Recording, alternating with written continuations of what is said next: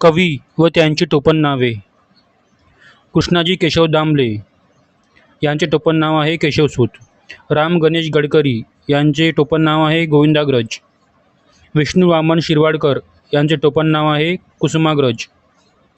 त्र्यंबक बापूजी ठोंबरे यांचे टोपणनाव आहे बालकवी.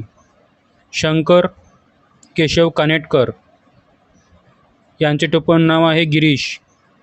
प्रल्हाद केशव अत्रे यांचे टोपणनाव आहे केशवकुमार.